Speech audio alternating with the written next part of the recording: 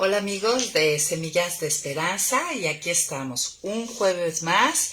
Hoy es 5 de junio, 8 en punto de la mañana y ya llegamos, ya llegamos a la mitad del año. Y bueno, espero que uso del tiempo, recuerdan el año pasado y también muchos que este año están llevando cambios profundos. Una de las disciplinas espirituales es el buen uso del tiempo y cuando vemos que estamos llegando a mitad del año, pues hay que estar con la disciplina de la vigilancia.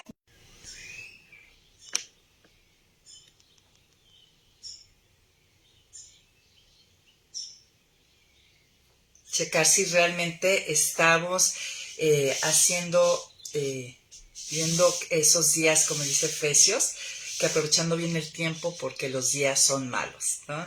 Pero pues mucho ánimo, ya estamos pues caminando en la lección número 15 que se llama aborrecimiento u odio de Dios por el pecado. Hemos estado en estas últimas esta sería la cuarta semana, entendiendo cuál es la respuesta de Dios ante el pecado. Y hablábamos que es un tema mal comprendido y del cual no nos gusta hablar mucho en el cuerpo de Cristo actualmente. Pero bueno que Dios nos está dando la oportunidad a partir de este material que estamos llevando de discerniendo el problema del hombre, pues entender realmente cuál es el problema del hombre. Y uno de ellos, por lo que hemos estado viendo, es que nosotros no vemos el pecado como Dios lo ve. Lo hemos minimizado, lo hemos normalizado, lo hemos visto únicamente, a veces como la definición sin trascendencia de transgredir un límite. Y pues Dios ha estado ensanchando esa comprensión de lo que realmente genera en él el pecado y cuál es su respuesta hacia el pecado. Y bueno, yo te preguntaría, ¿tú cómo ves el pecado? O antes de esto, ¿cómo lo veías? ¿Cómo lo estás viendo actualmente después de estas 3 semanas que hemos estado hablando de cómo Dios lo ve y cuál es su respuesta? Y bueno, tú lo tienes minimizado y normalizado, lo ves ligero o ha empezado a tener peso en tu corazón. ¿Ha cambiado esa manera de verlo? Y si ha cambiado, ¿qué decisiones o qué determinaciones has tomado ante él? Porque aunque somos salvos y redimidos, pues en este tiempo, en este lado de la gloria, como solemos decir, todavía no estamos exentos de él. Y pues hay que tener estos estudios, no es solamente como para tomar a Dios como un objeto de estudio, ¿no? El estudiar la palabra, lo que dice Dios acerca de Él, de nosotros y de las cosas de esta vida, no es como un tema de estudio, no es un objeto de estudio el Señor, que muchas veces eso es lo que hemos hecho de los estudios bíblicos, sino es algo que debe hablar a nuestra vida y transformar nuestro corazón y llevarnos a santidad, permitirle a Dios a través de la obra de su Espíritu Santo, quite ese distorcimiento que es uno de los problemas que vimos al inicio que tiene el hombre realmente. Miren, Dios ama todo lo que es recto y bueno. Su palabra lo dice, lo declara y dice que lo ama, lo bendice y lo ama todo lo que es bueno y recto, lo ama con la mayor intensidad. Y de manera correspondiente odia todo lo que es perverso y malvado con igual intensidad debido a su pureza moral. Igual que nosotros, si nosotros siendo pecadores y caídos llegamos a sentir enojo, tristeza, odio, aborrecimiento por los actos pecaminosos, malvados de ciertos criminales, digamos, populares en este día, pues ¿cómo podríamos pensar o imaginar que Dios no tendrá una respuesta más perfecta y completa ante eso? Bueno, pues gracias amigas por conectarse, gracias Adriana, Aide, Edith, gracias por estar aquí cada jueves tan temprano acompañándonos, nos anima mucho que estén aquí con nosotros y vamos a orar y a pedirle al Señor que añada bendición a todo lo que veremos hoy, que nos enseñe, que nos instruya. Señor, damos gracias porque en verdad el perseverar en tu palabra no proviene de nuestra carne, sino proviene de ti, de tu espíritu, que nos anima y nos alienta. Yo te pido, Padre, que abras nuestras mentes y no nos opongamos a lo que tu verdad revela.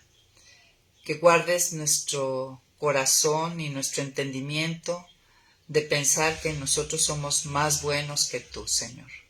Tú eres claro en tu palabra, tú nos revelas quién eres y ahora hemos estado aprendiendo de tu palabra, de cómo tú ves el pecado y cómo respondes ante él.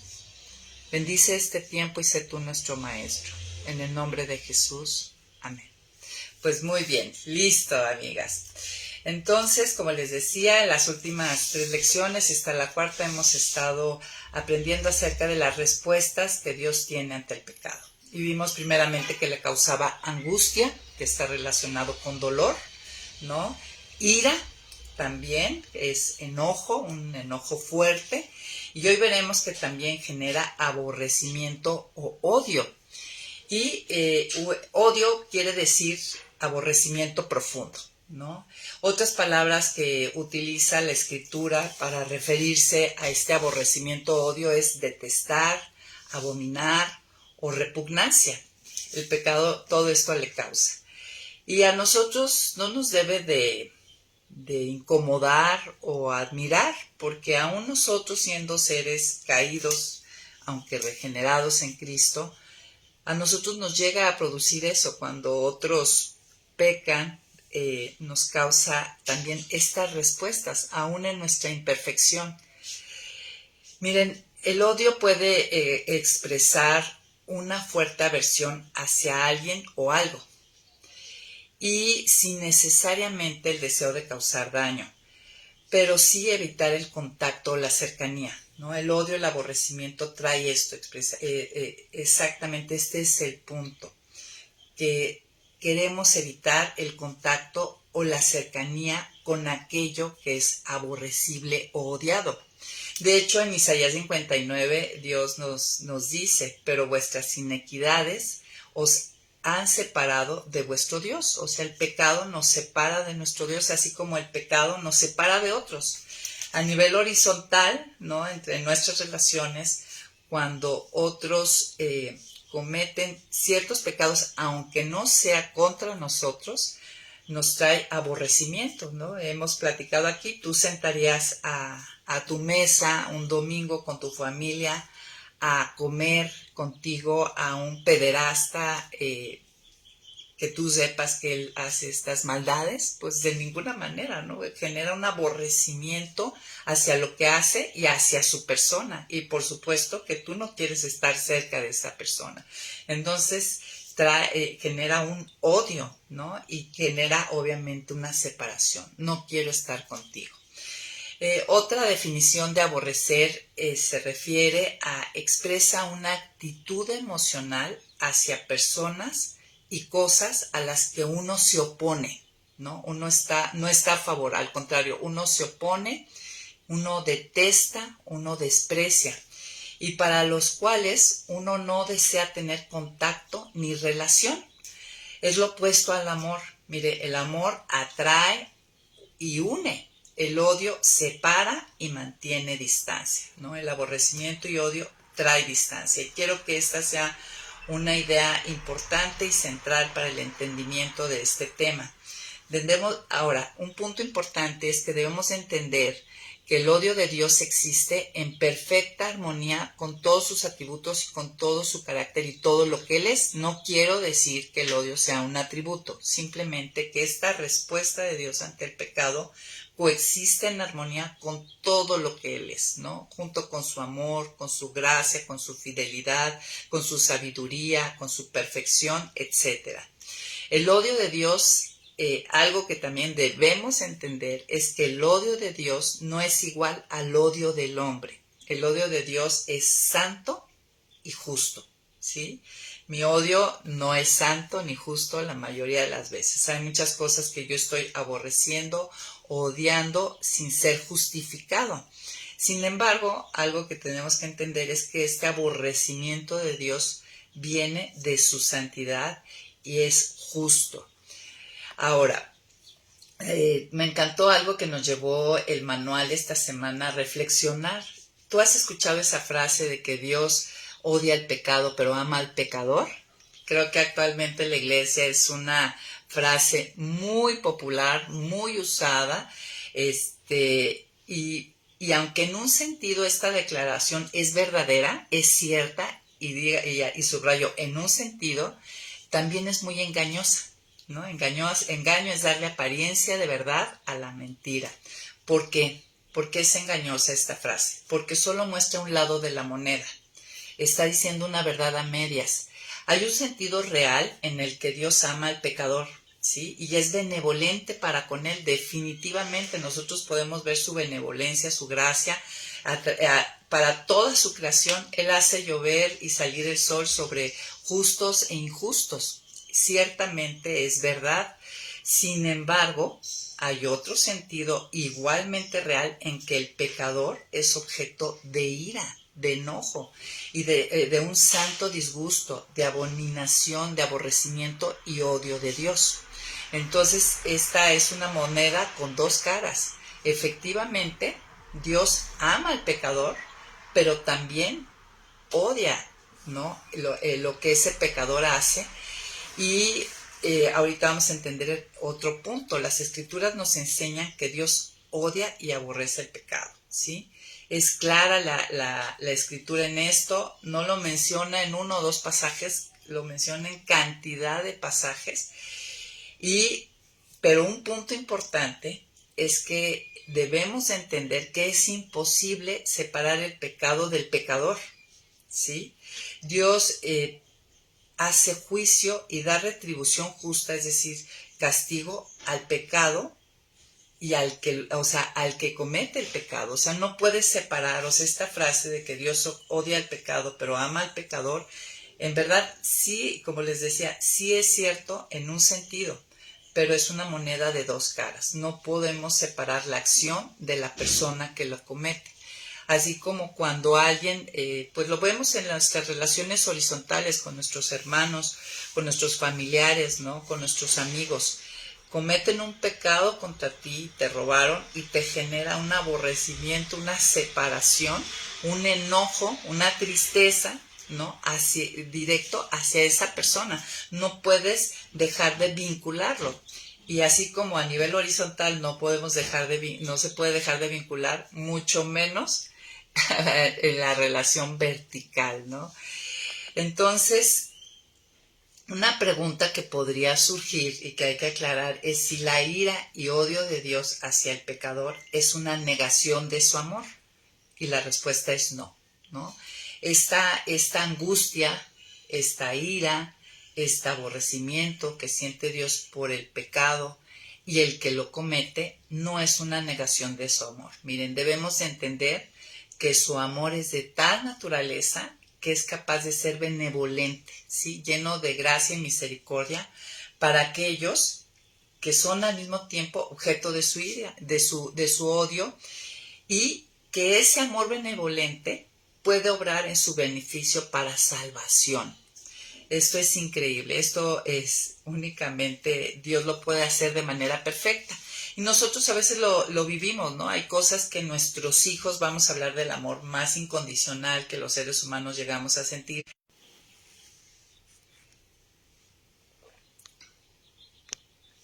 Nosotros lo llegamos a experimentar, por ejemplo, con nuestros hijos, que es el amor más incondicional. Cuando ellos hacen algo, transgreden esos límites, ¿no? Nos causa tristeza, nos causa enojo y nos causa un aborrecimiento hacia ciertos comportamientos, ¿no? Causa hasta como los amamos, pero causa hasta como una distancia, o sea, se siente, ¿no? Como el elefante en la casa. Sin embargo, no dejamos de amarlos, no dejamos de cuidarlos, nuestro amor se expresa en corrección, o a veces pasamos por alto la ofensa, lo que sea, según sea el caso. Y si nosotros, siendo malos, sabemos tener actos de gracia y misericordia y benevolencia para nuestros hijos, imagínate nuestro Padre Celestial de amor perfecto, incondicional y sabiduría inagotable, pues mucho menos. Entonces algo que hay que entender es que la ira, el odio, la angustia que siente Dios hacia el pecado y el que lo comete, no impide su amor. Y me encantó esto que nos hacía ver el manual. Con una mano, su misericordia detiene la ira, ¿sí? Y con la otra mano atrae al pecador para ser reconciliado a través del Evangelio. ¿No es maravilloso esto? Miren, voy a volver a repetir esta idea porque en verdad es hermoso ver conocer y entender o profundizar en esta parte de la naturaleza de Dios. Con una mano, su amor es tal y su benevolencia es tal que con una mano su misericordia detiene la ira y con la otra atrae al pecador para ser reconciliado a través del Evangelio. Una vez que hemos sido reconciliados, ¿no? Ya siendo hijos, pues con una mano sigue deteniendo esa ira y con otra nos trae para santificación, para el perfeccionamiento de nuestro carácter. Dios no puede soportar el pecado que esté en su presencia y eso la Escritura lo revela de mil maneras, ¿no? Desde Génesis a Apocalipsis, Dios no puede soportar que el pecado esté en su presencia por su misma naturaleza santa y justa, pues es una abominación hacia Él. Y su odio es manifestado hacia todos aquellos que practican inequidad, es lo que nos dice la Biblia, es lo que nos muestra la Escritura. Es este odio, este aborrecimiento, es su disposición. Recuerden, aborrecimiento y odio trae separación, ¿sí? Y su disposición hacia el pecador es su disposición hacia el pecador que no se arrepiente. Muchas veces el hombre sin Dios cree que anda muy cerca de Dios, que puede ser escuchado por Dios, tener el favor de Dios, pero no entiende la realidad de algo que nos dice la Escritura, ¿sí? Este aborrecimiento hacia sus actos y hacia su persona los separan de Dios. Entonces están sinceramente autoengañados y equivocados. Y bueno, ahorita vamos a ver a través de esta lección qué pasa con el Hijo. Eso es con el muerto espiritualmente y con el que está vivo, con el que ha sido reconciliado, qué es lo que sucede. Pues bueno, adelantando un poco, pues obviamente somos hijos, esa separación ya se eliminó, pero la escritura nos dice que nuestras oraciones son estorbadas. No es rota nuestra relación, pero sí es tropezada, ¿sí? Aún Dios, por su gracia y su misericordia y su buen corazón, sigue teniendo favor hacia nosotros, pero realmente hay un obstáculo, lo obstaculiza. Pero bueno, ¿qué les parece si vamos entrando en algunos pasajes? Vamos al Salmo 5, versículo 4 y 5, y vamos a ver qué dice directamente la Escritura acerca de este aborrecimiento de Dios hacia el pecado. En el versículo 4 y 5 dice, este salmo lo escribe David y es otro de los salmos donde él está pidiendo justicia ante la injusticia de sus perseguidores. Nosotros recordamos perfectamente que David está siendo perseguido por Saúl y luego en otro tiempo está siendo perseguido por su hijo Absalón, que se rebeló contra él de manera injusta. Y vean lo que dice el versículo 4 y 5. No eres un Dios que se complazca en la maldad. Los malvados no pueden habitar contigo, ¿sí? El pecado no puede habitar con Dios. Los perversos no pueden presentarse ante ti, pues aborreces a todos los malhechores. El aborrecimiento trae distancia, ¿sí? Los perversos no pueden presentarse ante ti. Dios no se complace en la maldad. Los malvados no pueden habitar contigo, ¿no? El hombre pecador no arrepentido, no reconciliado, piensa que habita con Dios, que tiene amistad con Dios, que tiene relación con Dios, pero la palabra lo dice claramente. No puede habitar contigo. Y habitar es esa permanencia. Ahora, no quiere decir, nosotros lo vemos en la Escritura, que Dios no favorece por su benevolencia a su creación. Dios hace salir el sol y la lluvia y todo en buenos y malos, en justos e injustos. Pero el favor especial de Dios no lo tienen. tienen una gracia común, ¿no? Una misericordia común, pero llegará el día donde ellos tendrán que dar cuentas y recibir la justa retribución por esta rebeldía y obstinación al Dios verdadero. Ahora, vamos a analizar el Salmo 11, que es otro salmo de David, y vamos a ver qué dice aquí acerca del aborrecimiento de Dios. Voy a leer primero del versículo 4 al 7 y después vamos a ir analizando verso a verso, ¿ok? Bueno, y voy a leer desde el 1 para tener contexto. Entonces, empieza este salmo diciendo David: yo confío en el Señor. ¿Por qué entonces me sugieren que escape a las montañas como un ave? Pues sus consejeros, ante estas persecuciones que tuvo, le decían que escapara, pero decía, y finalmente vemos que él sí hizo lo prudente y se resguardó, pero no lo hizo pensando que él mismo se resguardaba o se protegía a sí mismo. Realmente él sabía y su confianza estaba que el que lo resguardaba y lo cuidaba era el Señor. Ciertamente los malos preparan su arco y ponen las flechas sobre la cuerda para atacar desde las sombras a los justos. Pero ¿qué puede hacer el hombre honrado cuando son socavados los cimientos? O sea, hablando, pues sus adversarios estaban listos para cazarlo cual presa. Y ahí entramos al versículo 4 al 7, que es el que vamos a analizar. El Señor está en su santo templo. El Señor tiene su trono en el cielo. Él ve y examina a todos los seres humanos. El Señor pone a prueba al hombre honrado, pero repudia o aborrece al injusto y al violento. Acarrea calamidades sobre el malvado y le lanza fuego, azufre y un viento calcinante. El Señor es justo y ama la justicia. El hombre honrado contemplará su rostro. Ahora, vamos a analizar. Empezando por el versículo 4, cuando dice David, el Señor está en su santo templo, el Señor tiene su trono en el cielo. Lo que está aquí diciendo David, aquí está reconociendo dos verdades que le han sido reveladas, ¿no? La santidad de Dios, Dios es santo y Dios es absolutamente soberano. Dice, el Señor está en su santo templo, el Señor tiene su trono en el cielo. Y es soberano sobre todo, y Él ve y examina a todos los seres humanos. Es soberano sobre toda la creación. Miren, cuando reconocemos la santidad de Dios, nuestra propia pecaminosidad se hace más evidente, ¿no? Por eso Pablo llega a decir en las cartas que Él es el peor de todos, ¿no?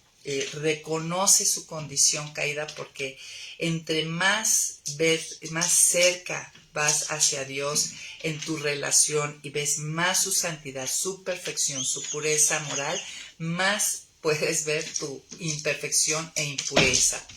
Ahora, ahí mismo en ese versículo cuando dice, Él ve y examina a todos los seres humanos, miren, yo me puedo engañar y puedo engañar a los demás acerca de mis acciones, de mis motivaciones, de mi pureza moral, ¿no? Pero delante de Dios todo está al descubierto, dice la palabra. Él no solo ve, Él examina. Es decir, examinar es que escudriña con profundidad a cada persona, a los justos y a los injustos. O sea, en este sentido, Dios estaba tanto examinando el corazón de David como el corazón de sus perseguidores. Él ve todo con atención y discernimiento y examina obviamente desde los pensamientos, las palabras y las acciones. Por eso nosotros vemos a David en muchos de sus salmos pidiendo dentro de esta persecución que Dios lo guiara, porque sabía que Dios estaba examinándolo no solamente a los injustos, a los malvados, sino a él también.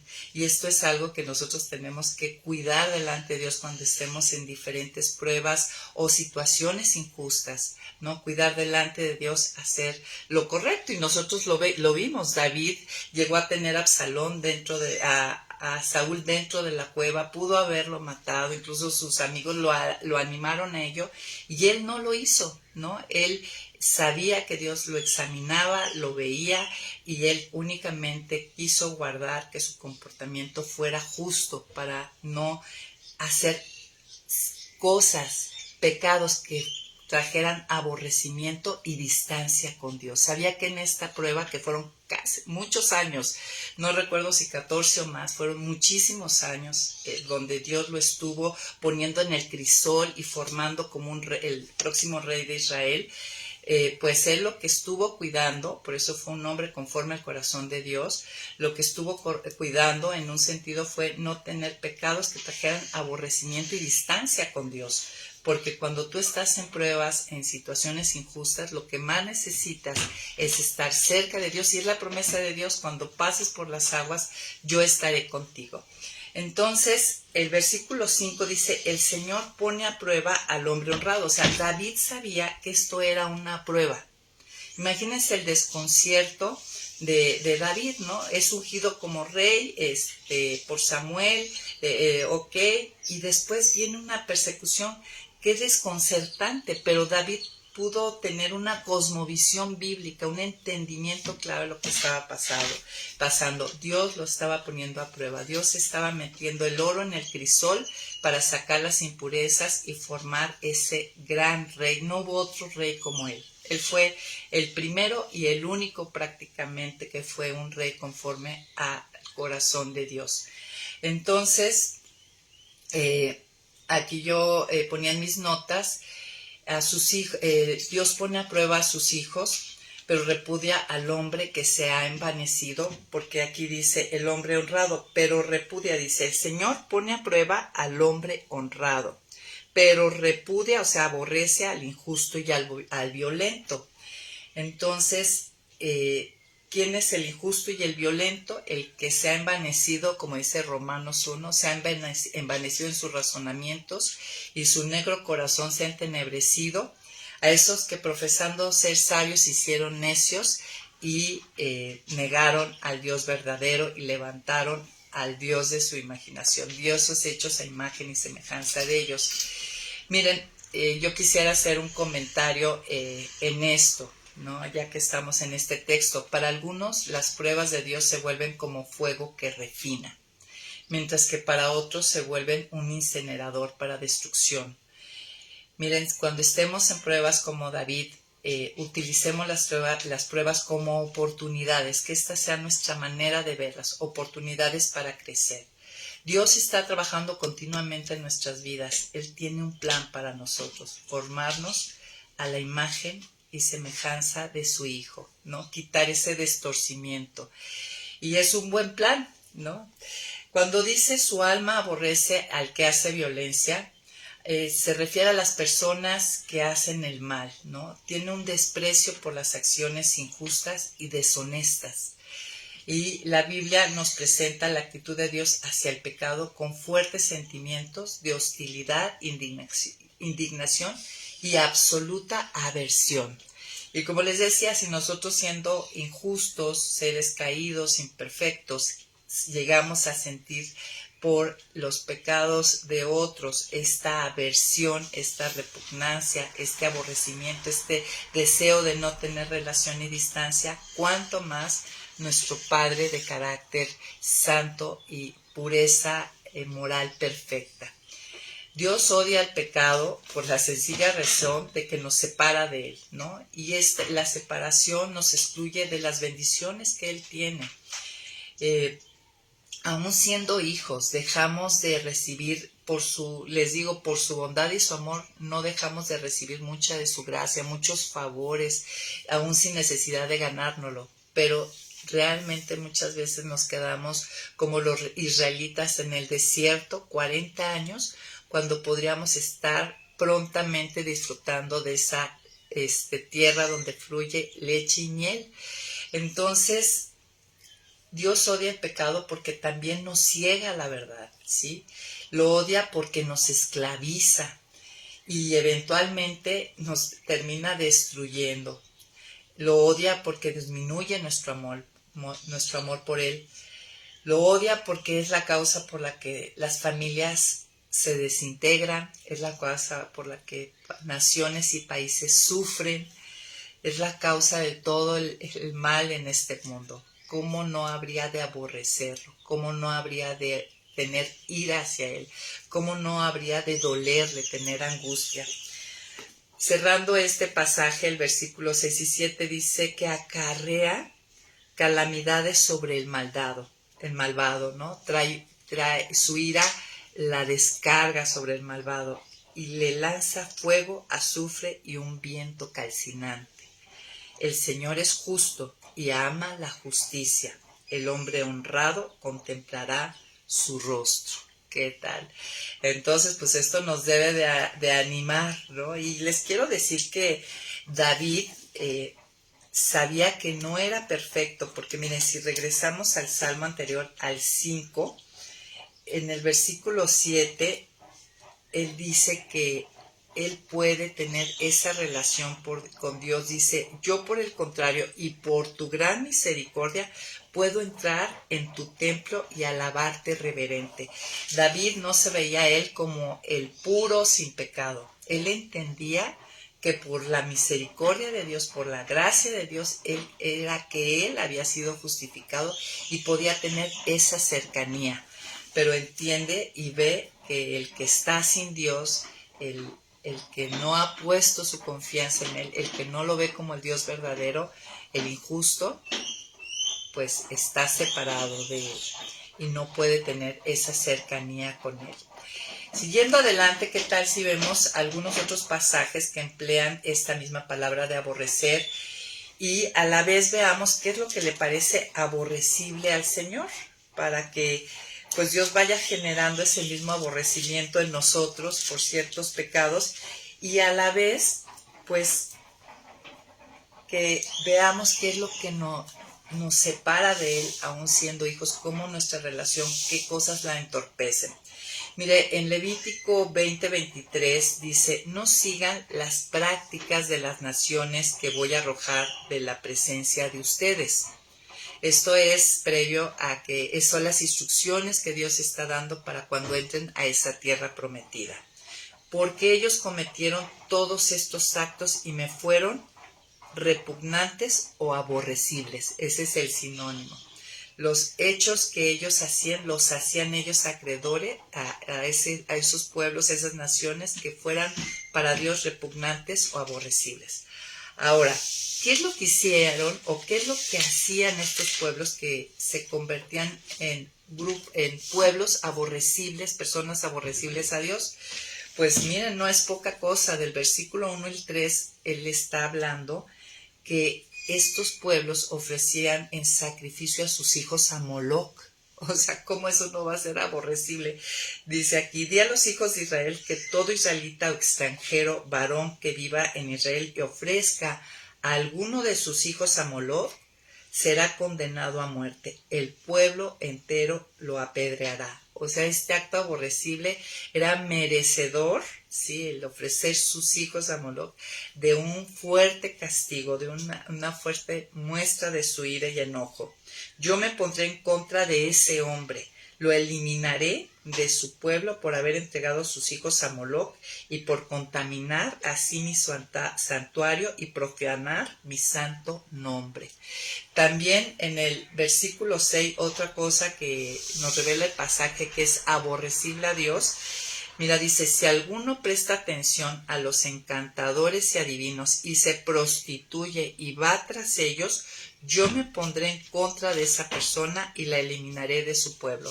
O sea, a Dios le es aborrecible todo al que busca al maligno para buscar respuestas y guías para su vida.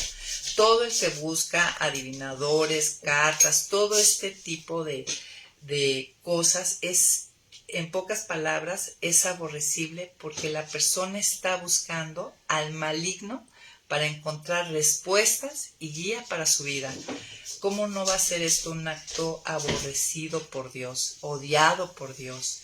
Claro que sí. Luego, si no nos da tiempo, pero en Levítico, del versículo 10 al 21, empieza a enlistar una serie de pecados sexuales que eran comunes en las naciones vecinas, como el adulterio, ¿no? Como dice aquí el versículo 11, el que se acueste con la mujer de su padre, el que se acueste, el que tenga relaciones con su nuera, el que se acueste con otro hombre como si se acostara con una mujer, el que tome como mujeres a la hija de su madre, ¿no? Es decir, a sus hermanas, el que tenga cópula con un animal, el bestialismo, el que tenga relaciones con su tía, el que tome como mujer a su cuñada, en fin, o sea, vemos cómo todas las desviaciones de la vida sexual, todas estas perversiones son aborrecibles para nuestro Dios. Y por supuesto que con toda razón son aborrecibles y odiadas por Dios. Miren, de las cosas más tremendas que llegamos a ver en consejería bíblica o en los consultorios de los psicólogos es cuando hay abuso sexual o violaciones, es de las cosas que más destruyen la vida de la persona, de lo más difícil para restaurar. Claro que nuestro Dios hace posible, ¿no? Restaura esos corazones rotos. ¿Cómo no van a ser todos estos actos aborrecibles? Y para cerrar todas estas ideas que Dios plantea, todo esto que aborrece, el del versículo 22 en adelante dice, cumplan con todos mis estatutos y todas mis ordenanzas. Póngalas en práctica para que no los expulse de la tierra a la que yo los llevo para que se establezcan. No sigan las prácticas de las naciones que voy a arrojar de la presencia de ustedes. Traducido al Nuevo Pacto, no nos amoldemos a este mundo, ¿verdad? Y a las prácticas de este mundo, porque ellos cometieron todos estos actos y me fueron repugnantes, aborrecibles. Esas personas, esas naciones ante Dios son repugnantes y aborrecibles. Pero miren ¿cuál es una buena razón para seguir los lineamientos de Dios? Pero a ustedes les he prometido darles posesión de la tierra de esas naciones. Es una tierra que fluye leche y miel, y yo se la entregaré a ustedes para que la posean como su herencia. Yo soy el Señor su Dios, que los ha apartado de los pueblos. Nosotros, dice la palabra, que somos santos, apartados con un propósito. Entonces, si vamos a otro pasaje, Deuteronomio 18:12, veamos qué nos dice acerca de esto. Deuteronomio 18:12, dice, al Señor le repugnaron todos los que hacen estas cosas, y precisamente por estos actos repugnantes, el Señor tu Dios te va a expulsar de tu presencia a estas naciones. ¿Qué le repugnó al Señor? Lo mismo que lo que leímos en Levítico. Cuando entres en la tierra que el Señor tu Dios te da, no cometa los mismos actos repugnantes que practican esas naciones. Que no haya en ti nadie que haga pasar a su hijo o a su hija por el fuego, ni nadie que practique la adivinación, ni sea agorero, ni sortilegio, ni hechicero, ni encantador, ni adivino, ni mago, ni nadie que consulte a los muertos. Algo, amigas y amigos, que actualmente está en boga. Qué terrible ir a consultar, encontrar guía y esperanza en el enemigo y el maligno, en el que viene a matar, robar y destruir. Dice el Señor, le repugnan todos los que hacen estas cosas, ¿sí? Y precisamente por estos actos repugnantes, el Señor tu Dios te va a expulsar de tu presencia, estas naciones. Por eso Dios mandó que todo eso fuera arrasado, ¿sí? Porque realmente el príncipe de este mundo era el que los gobernaba. Yendo a otro pasaje en Deuteronomio 25, miren lo que dice. Otra cosa que le repugna a Dios es, voy a leer del 13 al 16, dice, no llevarás en tu bolsa una pesa grande y una pesa chica, ni la tendrás en tu casa una medida grande y una medida pequeña. Deberás usar pesas exactas y justas, y medidas completas y justas, para que vivas muchos años en la tierra que el Señor tu Dios te da. Ciertamente el Señor tu Dios le repugna, aborrece todo aquel que comete esta clase de injusticia. ¿Qué aprendemos de este pasaje? Pues que la deshonestidad en los tratos con los demás, especialmente lo comercial, les son aborrecibles. Así que, amigos, cuidemos nuestra manera de hacer nuestros tratos, especialmente los tratos que tienen que ver con el comercio, con el ganar dinero. Otra cosa que le pareció aborrecible a Dios y que le sigue pareciendo aborrecible, nos lo da el Salmo 95:10. Dice, por 40 años, dice, me repugnó, ¿no? Me pareció aborrecible aquella generación. Era lo que despertaba en Dios, ¿no? Y dije, es un pueblo que se desvía en su corazón y no conoce mis caminos. A Dios le pareció, experimentó aborrecimiento por aquella generación que había visto cómo lo sacó de Egipto, cómo abrió el mar, cómo aplastó a Faraón, cómo les dio el maná y cómo ellos fueron obstinados y rebeldes ante una revelación tan clara de nuestro Dios.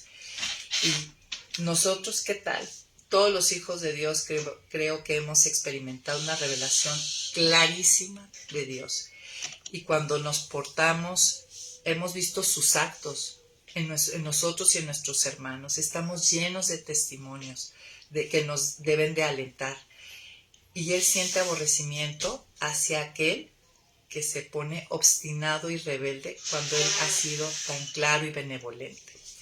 Ya para ir aterrizando este día y terminando, veamos qué dice Tito 1:16, escrito a creyentes. Dice, profesan conocer a Dios, pero con sus hechos lo niegan, siendo abominables, o sea, repugnantes o aborrecibles, y desobedientes e inútiles para cualquier buena obra. Esto es para todos nosotros que profesamos conocer a Dios, pero Él que lo examina todo, con nuestros hechos, lo negamos. Digo una cosa, pero hago otra cosa. Y esto a Él le parece, ¿no? Como a estos que estuvieron en el desierto, ¿no? A esto le parece aborrecible. Ante una revelación clara, una demostración de su verdad, de su realidad, y ante eso ser desobediente. Y eso nos hace inútiles para cualquier buena obra.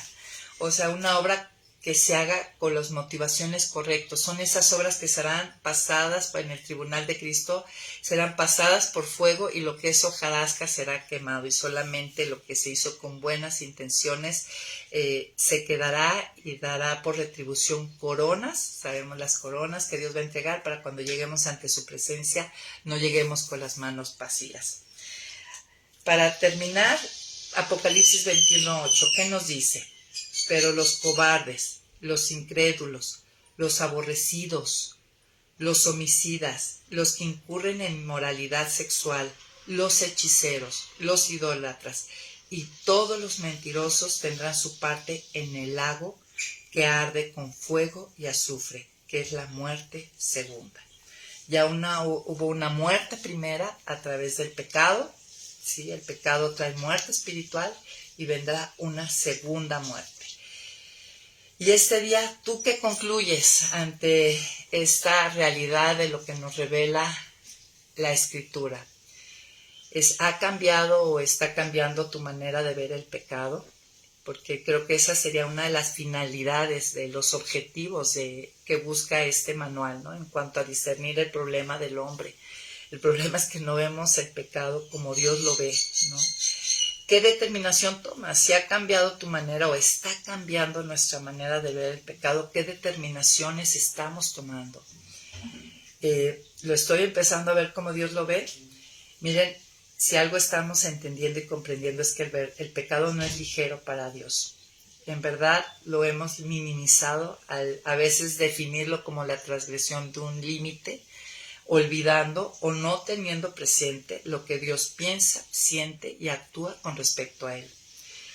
Y yo creo que el llamado es que podamos comprender la seriedad de este pecado, de nuestros pecados, ¿no? Pero también a la vez la grandeza de la gracia y la misericordia de Dios que tiene para aquellos que hemos sido adoptados como sus hijos, ¿no? Y al mismo tiempo, ¿no? Gozarnos en esto, el gozo de nuestra salvación, pero al mismo tiempo que busquemos, entendamos la urgencia de buscar pureza espiritual. El aborrecimiento que Dios experimenta por los que cometemos pecado trae distancia. Y totalmente están separados los que no toman la obra de Cristo por fe y creen en que Él es el camino, la verdad y la vida. Totalmente separados, aborrecibles delante de Él. Y nosotros los que somos hijos, pues no tenemos esa distancia, ya tenemos esa relación, esa reconciliación, pero en verdad hay un estorbo en nuestra relación, en nuestro caminar. Nuestro Padre no nos deja de amar, no deja de bendecirnos, de guardarnos, de cuidarnos, pero somos como esos israelitas en el desierto, perdiendo 40 años en el desierto, no disfrutando de Él en plenitud ni glorificando. En Cristo hemos sido salvados, hemos sido salvados de esa separación. También hemos sido salvados, guardados de esa ira que traía castigo, que merecía castigo en nuestros pecados. Pero no dejemos de entender que nuestros pecados siguen produciendo aborrecimiento a nuestro Padre. Y son ese estorbo. Él es paciente y grande en misericordia. Es una realidad, la palabra lo dice. Y si tú no has puesto tu confianza en Cristo, no has entendido que realmente un día vas a dar cuentas delante de Él y que si tú te presentas de ahí justificándote a ti mismo, justificando tu pureza para estar con el más puro y santo, pues quiero decirte que nadie sale aprobado. Corre a Cristo y busca tu justificación en Cristo, que Él es el único que ha vivido una vida perfecta en lugar mío y que aparte ya recibió el juicio y castigo que yo merecía. Y es el único que puede achicar la distancia y traernos de nuevo a esa relación, y una relación en calidad de hijos. Y bueno, ¿tú qué tal? ¿Con qué te quedas? ¿Qué te parece si ahorita nos conectamos al Zoom y seguimos aprendiendo de todo lo que Dios les mostró a ustedes? Muchas gracias. Nos vemos próximo jueves a las 8 en punto de la mañana, como cada semana. Bye, bye. Gracias por estar aquí con nosotras.